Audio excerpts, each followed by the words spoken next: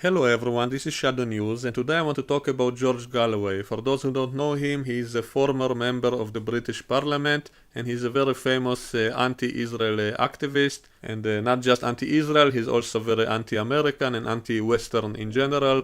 In the past he used to be a supporter of the Soviet Union, then later he was a big supporter of Saddam Hussein, currently a supporter of Assad, always supporting Russia, China, and all of that. I also think he's probably one of the biggest hypocrites I ever saw in political matters. He likes to only show that part of the picture which he wants people to see while hiding away details which he doesn't want them to see, all for the sake of propaganda. Also, he used to work on Press TV, which is an Iranian TV channel in the English language. Also, RT, Russia Today, which is a Russian channel in the English language. Both of those channels, by the way, are also doing the same thing as he always did, always attacking Israel, the United States, only showing that side of the story which will convince people to be against them, while neglecting all the other details which will do the opposite, and sometimes even making direct lies. And I just watched a video by George Galloway in which he talked about the recent events on the Gaza-Israel border, and of course Galloway called that a massacre by Israel. He said Israel shot up a peaceful demonstration in Gaza. So the way he describes it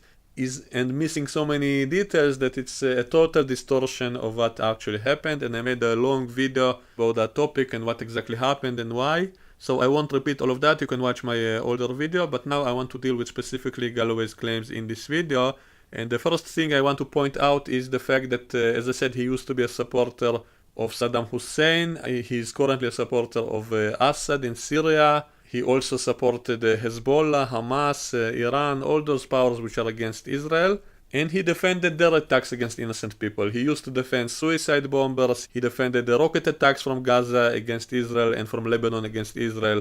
And he defended Assad even when he used chemical weapons against his own people. And of course he was a fan of Saddam Hussein even after he killed a lot of innocent Kurds with chemical weapons. All of that didn't prevent Galloway from defending all of those guys.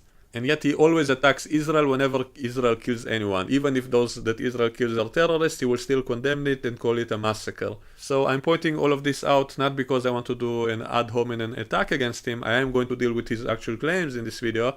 But I'm pointing all that out to show his hypocrisy, to show his double standards. So he's fine with Assad slaughtering hundreds of thousands of people, which include mostly innocent civilians, and using chemical weapons and barrel bombs and all that stuff. So he's fine with that, and yet he has a problem with Israel. So he only complains about Israel. He never once complained about Assad, even though a lot of Palestinians died in Syria also, including in one of the biggest refugee camps in Syria. Assad's forces attacked and killed a bunch of people there. Not a single word from Galloway about that. He never complained about that. So let me deal with his actual claims in this specific video. And I'm showing you the title of the video. You can check out to see that I'm responding to stuff he really did say. And I will even mention the timestamp so that you'll know exactly where I said it if you don't believe me and you want to check it. So let's start. Okay, the first thing he says in this video is that the US moving the embassy to Jerusalem is illegal. And he claims that's the reason for those demonstrations, which I don't think is true. The embassy is just the latest excuse that they picked to do this. This is something they've been doing all the time. They always will pick some excuse to do a riot. So that's number one. Secondly, I think moving the embassy is totally illegal. It has been moved to West Jerusalem. That's the Jewish side, the Israeli side. That's the side that no one claims is occupied. People complained about East Jerusalem being occupied after 1967. But West Jerusalem belonged to Israel even before that, and it was always supposed to be part of Israel, and that's the Jewish part of the city. And in any future, in any potential solution to the conflict, it will for sure be part of Israel. So what exactly is the problem of moving it there? The only people who are against that are people who don't want Israel to be in any part of Jerusalem. So that's number two. So it's not an illegal embassy.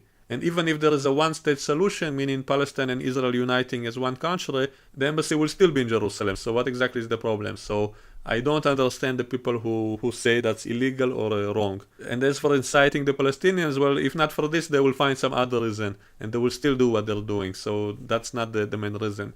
Okay, now he talks about the demonstration, and the way he describes it, if you didn't know the facts, if you were only getting it from him, it sounds as if they had a peaceful demonstration somewhere in the middle of Gaza, and Israel suddenly came in there and simply shot up a bunch of people in the demonstration, randomly killing random civilians. That's the way he describes it. That's not actually what happened. They actually came over to the border and tried to destroy the fence. They tried to cross the border. And then Israel shot at the legs of all the people that tried to destroy the border to come over. And Hamas themselves admitted that most of the dead were their members. They were members of Hamas, meaning terrorists. That's the same people who want to kill all Jews, the same people who are willing to blow up innocent civilians in Israel, who are willing to sacrifice themselves, blow themselves up to kill civilians in Israel. And we know exactly what happens every time they do try to cross. They attack innocent people, they attack babies in their sleep. Look up the Fogel family for an example. That's what they will do if they do crossovers, to kill people inside Israel, or to try to kill the soldiers, or to try to kidnap soldiers. So Israel had no choice but to stop them. And as I said, Israel actually targeted specifically those people who were doing that, so that's why most of the dead are Hamas members and not innocent civilians. Now, of course, some of the bullets may have missed and hit some people around them, but Hamas are themselves guilty of bringing all those people over. They brought that amount of people to serve as human shields for them, so that they can hide among them to try to get over the border. That's why they brought them all there. So Hamas are guilty for all those deaths. They are the ones who brought the people there, knowing exactly what will happen. And also, as part of a PR campaign against Israel, they want their own civilians to die, so that Israel will be blamed, and then there will be a diplomatic and economical pressure against Israel. That's their whole tactic. That's what they've always been doing. Now, the border line, the fence is on the 67 border, so this is not occupied territory. Israel is not in Gaza. Israel pulled out of Gaza in 2005, and also they have another border with Egypt. So why don't they go to Egypt if they're so desperate? They are not starving.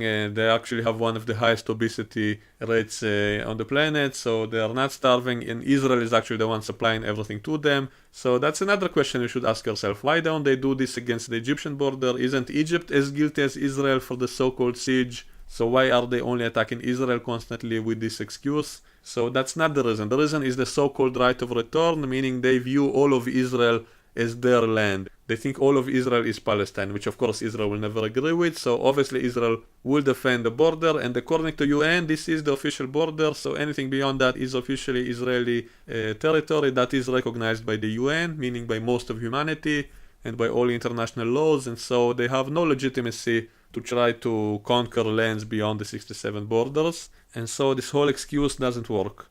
Now, another thing they were doing, except attacking the actual fence, they also attacked some of those border crossings through which Israel supplies them, through which Israel sends them trucks of food, medicine, supplies them with gas, electricity, water, and they actually attack that same infrastructure. And then Israel have to repair it with Israel's money to keep supplying them. So this is totally absurd. They keep attacking their own lifeline. They keep attacking Israel, which is supplying everything to them. And secondly, they've been causing massive fires on the Israeli side. They keep sending kites with Molotov cocktails over to the Israeli side in order to cause massive fires on the Israeli side. So a lot of agricultural lands, a lot of vegetation, a lot of fields, a lot of little towns around Gaza on Israel sides constantly have to deal with fires which are caused directly by those same peaceful demonstrators. So that is a direct attack from Gaza against Israel. So who is the aggressor? The people in Gaza keep sending all this stuff into Israel to try to kill people in Israel. Also some gunfire just hit some houses in Sderot, which is near Gaza. So they are the one firing randomly into Israel, trying to cause fires inside Israel and all that kind of stuff. So who is the aggressor? If you ask an Israeli, they will say it's the people in Gaza who are attacking Israel. And Israel is only specifically attacking the people trying to breach the border by shooting them at their legs. So the intention is not even to kill them. Now, of course, some of them die from the wounds because they might lose a lot of blood even from a shot in the leg. And also they've been burning tires next to the border to cause a lot of smoke, to serve as a smoke shield against these snipers. So they are partially to blame for the snipers missing also. They are the ones causing all of this so that Israel will not be able to shoot at them. And then they complain when Israel accidentally killed a few people who might have not been Hamas members. And as for a few children dying on that side, I heard some story about a baby that died from tear gas. well, ask yourself, who is to blame for that? Isn't the blame is on the one who brought the baby to that place, knowing all of this is going on, knowing there will be a lot of tear gas and gunfire and all that stuff on the border, and then they bring those little kids or babies right into all of this, and then they blame Israel when something happens. So who is really to blame for that baby dying? So I have no ill will toward any children. I think all children are innocent, and of course it should be avoided, but who is really to blame? I blame Hamas, because they are the one who brought the children there. They brought them deliberately, and they sent them deliberately as the first line, so that Israel will not be able to do anything, and if Israel does do something, then Israel will get blamed for it. And so I think Hamas are the ones responsible. Now, I do blame Israel for not preparing for all of this in advance. Israel should have been prepared maybe some different kind of obstacle to physically stop people from crossing over without shooting them, or maybe some kind of way to deter them without actually pulling the trigger, such as putting a minefield, for example. That way, if you put a minefield and you put signs that say there is a minefield here, and yet they still send people into there, then whose fault is it that they die? And so if by doing that, maybe that would have taken responsibility off the hands of Israel. No one will be able to blame Israel. If that minefield will be on Israel's side, on the Israeli territory, and then they cross into it and then they explode and die, then that's purely their own fault, I guess. So I think there are all kinds of tactical reasons for why Israel doesn't do it. Maybe I'll make a separate video on this topic, but at least it would have been better for PR maybe. Or maybe put up a big wall in which they can physically not go through and stuff like that. But I think there are a few tactical reasons why Israel doesn't do it. So back to these claims by George Galloway. So he claims that this was a massacre of peaceful demonstrators. Well, as I just explained, these were not peaceful demonstrations. This was an attempt to breach the border, to get over into Israel, to attack people in Israel. So Israel, what do you want Israel to do? To let them in? To simply allow those thousands of people into Israel, to go into all the nearby towns in Israel? What do you think would happen then? So of course Israel had no choice. Anyway, let me keep listening to this guy. Okay, minute 1, he says, why are you describing this as clashes when no one was hurt on the other side? He means the Israeli side. Well, as I just explained, that's not exactly true. It's true that no one died on the Israeli side, but that's because Israel is doing a good job protecting itself. If it allowed any of those Hamas fighters to go over, then they would probably go into the nearby towns and would kill people there, or maybe kidnap people into Gaza. So the only reason no one died in Israel is because Israel is defending itself strongly and not allowing even a single of these Hamas members to go into Israel. Secondly, as I said, they did cause massive damage to infrastructure in Israel, attacking their own border crossings through which Israel is supplying them. So now Israel has to pay for all that damage. So that is totally absurd. And thirdly, they've been causing massive fires on Israel's side. They've been sending those kites with the incendiary devices, which caused massive fires, destroying whole agricultural fields on the Israeli side. And also they've been gathering huge piles of old tires near the border and set them on fire. By the way, the wind is always from the sea toward Israel, meaning the wind always carries everything from Gaza toward Israel. So they've been causing these massive fires, so they are basically attacking Israel constantly with all of this. So this is not a peaceful demonstration. Okay, minute 1 and 20 seconds, he said this was all like indiscriminate fire toward the peaceful demonstrators who have no way to defend themselves. Well, again, he neglects to mention the fire was only against the people who were trying to cross the border, specifically at their legs, trying to stop them from crossing over the border. He says people who had no means to defend themselves. What do you mean? They did have a means to defend themselves. Simply step away from the border. Simply don't try to cross over. Move away from there and then you'll be safe. Now, a minute and a half, he says, this is rocket and bomb attack on innocent people. There were no rockets or bombs. It was all sniper fire. No one fired any heavy artillery toward them, so that's a lie. And now he says there was a white phosphorus attacks against them. That's also a direct lie. He says that at minute 1 and 35 seconds. He says white phosphorus was falling on those people. This is a blatant lie because all that smoke you see, that's tear gas. That's not white phosphorus. No one actually claimed this. The Palestinians didn't claim they were attacked with white phosphorus.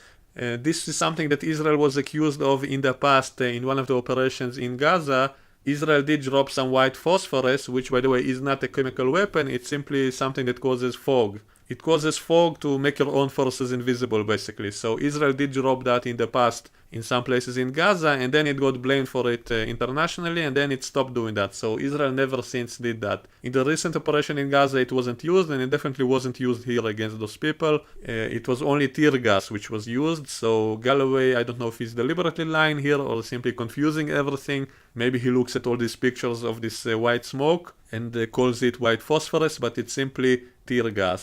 And by the way, white phosphorus is not classified as a chemical weapon. And by the way, this is the same guy that is a fan of Assad in Syria, who is using actual chemical weapons against people and actually using heavy artillery against people and all that stuff. And Galloway is totally fine with President Assad. He keeps praising Assad. He's fine with that. He's also a big fan of Hezbollah. And Hezbollah, in their war against Israel, were actually deliberately targeting the chemical plants near Haifa in the north of Israel. And they even said, the leader of Hezbollah openly said that that will be his next target in any future war. He said he will blow up all that region by targeting all the ammonia storage facilities there and all that stuff, which might cause massive casualties in Israel. So he directly threatened to do that. He directly threatened to target all those chemical plants in order to cause massive damage to the population, innocent population in Israel. And Galloway is a huge fan of Hassan Nasrallah of Hezbollah. So it seems to me like he's totally fine when the enemies of Israel are doing that kind of stuff, then Galloway is defending that. But when Israel is defending its own border, which is being attacked, and uses a little bit of tear gas, then Galloway calls that a chemical weapon and blames Israel for a massacre. When the actual tear gas was used to try to get those people away before using the live ammunition. I guess Israel could have simply shot all those people like he claims they did, which is a lie, as I explained. The shots were only aimed at the legs of those directly trying to breach the border and not against peaceful demonstrators. Okay, now again he rants about the Jerusalem embassy as if that's the cause for all these riots, which is not. And he claims that all of Jerusalem doesn't belong to Israel. He basically says that it's someone else's capital, meaning it belongs to Palestinians. So I guess he means West Jerusalem because that's where the embassy is. It's not in East Jerusalem, which by the way I agree should be part of Palestinian state. I'm in favor of a two-state solution, by the way. So I'm totally in favor of the other part of the city to go to the Palestinians, but West Jerusalem is the Jewish part. That's the part that always had Jews living in it, and it was always part of Israel from the start. And even the Palestinians are not claiming, I mean the rational Palestinians, the one who did try to reach an agreement with Israel, they never demanded that part of the city. They only demanded the East Jerusalem, which is the Arab neighborhoods, and also the holy places, which is kind of disputed. I have some mixed feelings on that, but that's what they demanded. They never demanded West Jerusalem, which is where the embassy is. So what exactly is the problem? So basically Galloway is saying that even that part of the city doesn't belong to Israel. That part wasn't conquered in 67.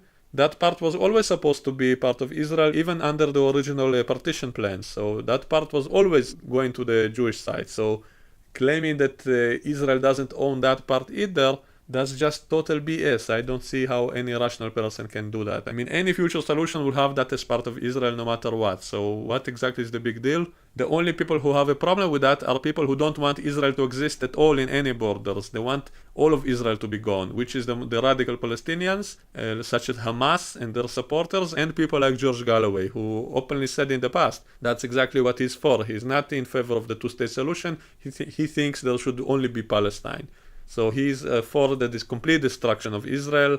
At minute 4 he says Jerusalem was acquired by force and so it's occupied territory. No, that's only true for East Jerusalem.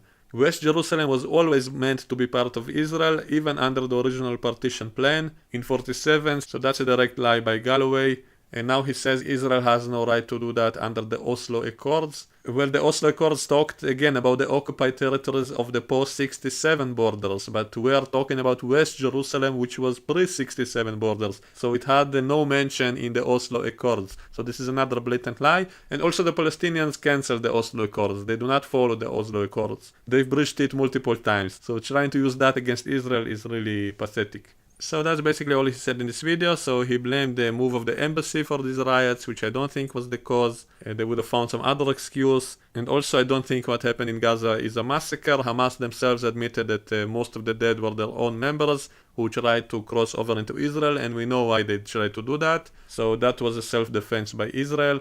Now in another video he talked about that baby that died supposedly from the tear gas near the border.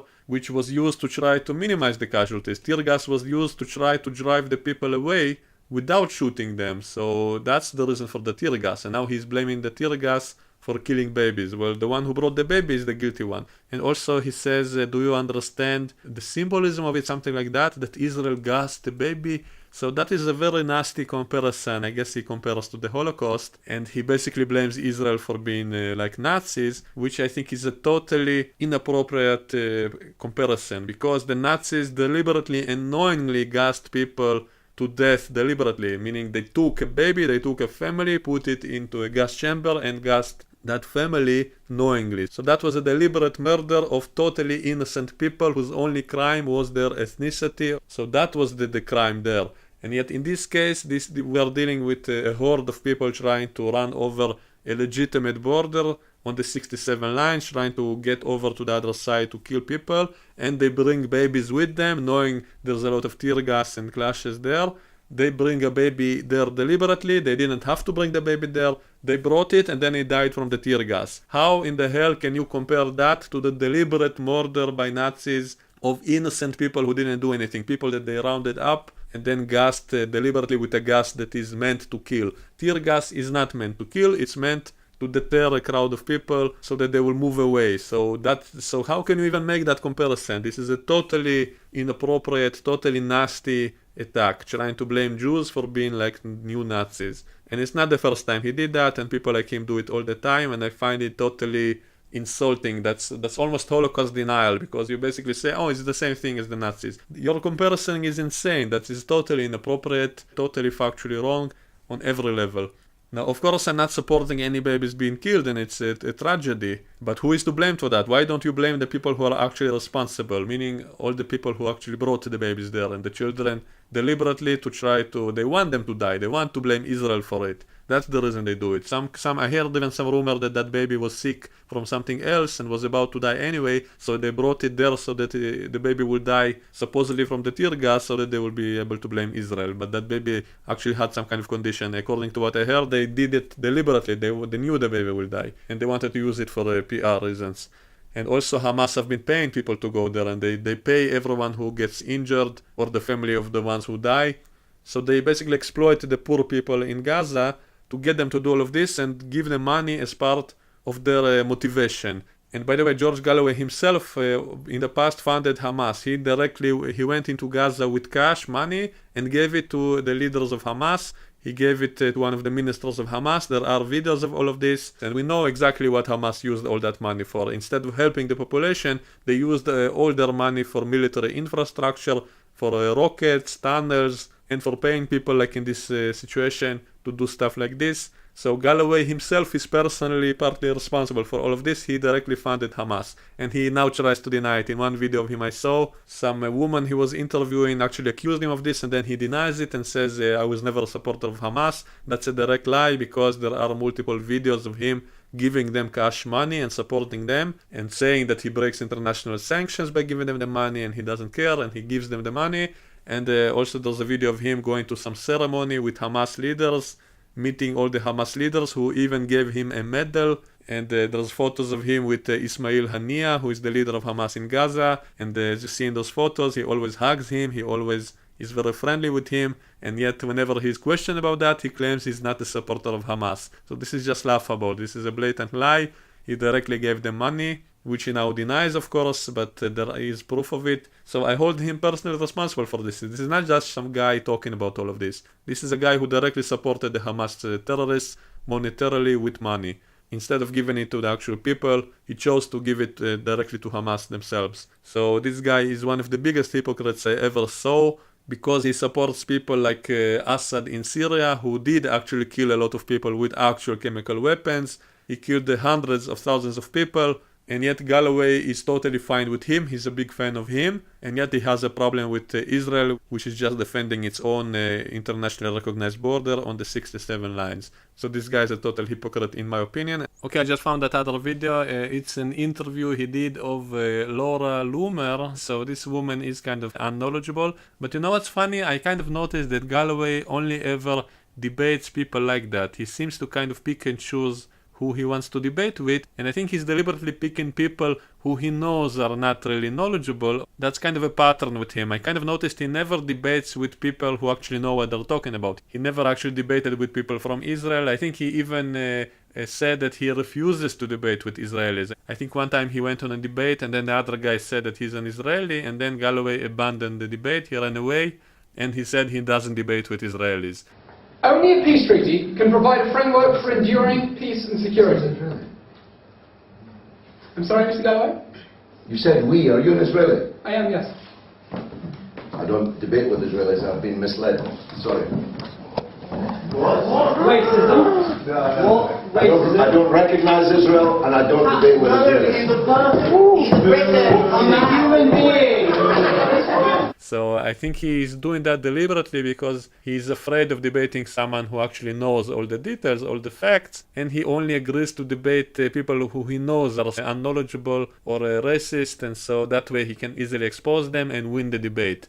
And he tries to use that as an example of, oh, you see who are the Israeli supporters? He tries to paint all the Israelis like that. He says, you see what the other side, they're racist, they're stupid, and so on. So he's doing that deliberately, I think. He always picks people to debate with who he knows he can easily win, but he will never debate with people with actual knowledge. I bet if I phone him and I will say I'm Israeli, he will hang up. He will say I don't debate with Israelis. And by the way, that in itself is kind of racism. So I mean, before he talks with me, how can he even know what my actual positions are? If he accuses me of being a racist before even hearing my opinion on the situation and how it should be solved, he cannot make that determination without talking to me first. So if he does that, then basically that's labeling a person as something he's not, just based on his nationality or ethnicity or religion and so on. So that's kind of like a racist discrimination, even though it's not about race, but still it's kind of bigotry. So the way he labels all Israelis as people that he refuses to debate with, that's kind of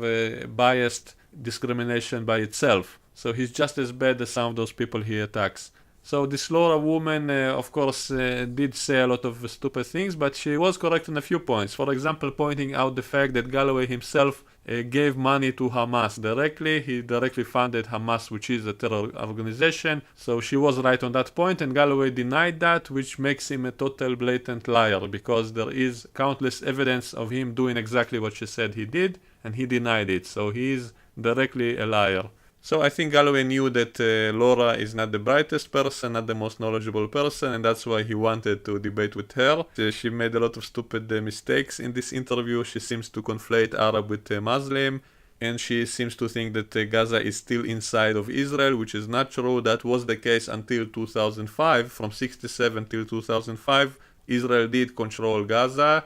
And I was against that occupation. I was all for the disengagement from Gaza, pulling back from Gaza back to the 67 lines, which Israel did do in 2005. And so Gaza is no longer occupied. Even Galloway himself acknowledged that point in another video I've seen of him, in which he said Gaza is the only piece of liberated Palestinian land, something like that. So he himself acknowledges that it has been liberated, that it's not occupied. So it is not in Israel. Israel is back to the pre-67 lines around Gaza, so it's not occupying Gaza. And Gaza has another border with Egypt, which is not controlled by Israel. And so you cannot only blame Israel for a so-called siege while not blaming Egypt. So how come they're only attacking the Israeli border and not the Egyptian border? So that's also a bit of hypocrisy, which of course Galloway doesn't mention. So anyway, Laura doesn't seem to know that. She thinks Gaza is inside of Israel, is part of Israel, and he attacked her on that point, saying, well, how come they attack the border if it's not really a border between nations? So he seems to exploit her misknowledge to try to attack the point, which the point is still incorrect, because she is incorrect. It is the border. It is the 67 lines border. That is the official borders of Israel. Even the UN recognizes that as purely Israeli territory. It's not disputed land, unlike in the West Bank, in which that is still disputed. But between Gaza and Israel, that is a fully internationally recognized border. That's the official border. So they have no territorial claims beyond that in Gaza, even according to international laws and all of that. And so Galloway deliberately picks on her mistake to try to paint that as the actual fact. That is purely a falsehood. That is purely riding on her mistake to try to score points instead of simply correcting the mistake. So she did make a lot of stupid mistakes, but she also said a few correct things. For example, Galloway brought up again that baby who died from the smoke. And then Laura says that the one who is guilty for that is the one who brought the baby to the border. And then Galloway lies and says the baby was inside of a tent. Yeah, but the tents that they set up are right next to the border, so of course the tear gas will affect it. And also, how can you blame Israel for doing that if they couldn't actually see the baby? So they hid a baby in a tent right next to all these riots, right next to all this tear gas, and then you blame Israel for deliberately gassing a baby to death, and you compare it with the Nazis. So how dare you do that when the baby wasn't even visible? I mean, if the soldiers maybe saw a baby on the scene, maybe they would be more careful. So I do agree with Laura on that point, that the baby dying is the fault of the ones who brought her into that place. And again, Galloway completely tries to disguise and twist everything. Like, he makes it sound as if this demonstration, it was somewhere in the middle of Gaza, not next to a border, and as if Israel went in and attacked the demonstration and attacked the tent, which had nothing to do with the riots, which is a complete lie. You can see in these photos that the tents were right next to the border where it was going on. And so the ones who brought the baby there are guilty of it, and especially since the IDF didn't even see that baby. So how can you blame it for deliberately killing it? So that was a point that Galloway is totally wrong about. And you know how Hamas brought all those people there? They've been paying people to come. They've been paying every single person who comes a sum of money, and they paid even more for those who get injured. So Hamas encouraged those people to try to get over the border to get injured, and if he gets killed, then his family gets even more money. So this was all purely paid by Hamas, and Hamas, as I said, is sponsored by all kinds of states like Iran. So Iran basically uses them to fight a proxy war against Israel, which they wage purely for ideological or religious reasons. They hate Israel because it's a Jewish state and not Islamic, and they want to so-called liberate all these lands, meaning to conquer them, to have them under Islamic rule. And so they're paying groups like Hamas, Hezbollah, Islamic Jihad, and many other groups so that they will attack Israel. And also Hamas does get a lot of donations from all kinds of more moderate states, but instead of using all that money to actually help the people, they use it for stuff like this, for violent attacks against Israel. They don't care about sacrificing their own people for that, to try to attack Israel and then to score PR points, because it will look as if Israel is killing civilians, which, as I said, is false, because most of the dead were Hamas members. That's confirmed. And Galloway himself also personally funded Hamas. He gave money directly not to the people of Gaza, he gave it to Hamas, who is doing stuff like this then. So in my opinion, Galloway himself is a terror funding supporter of Hamas terrorism, and that's a fact, and you can see it in all these videos. So if you enjoyed this video, please subscribe, please like, and I will see you all next time. Bye bye.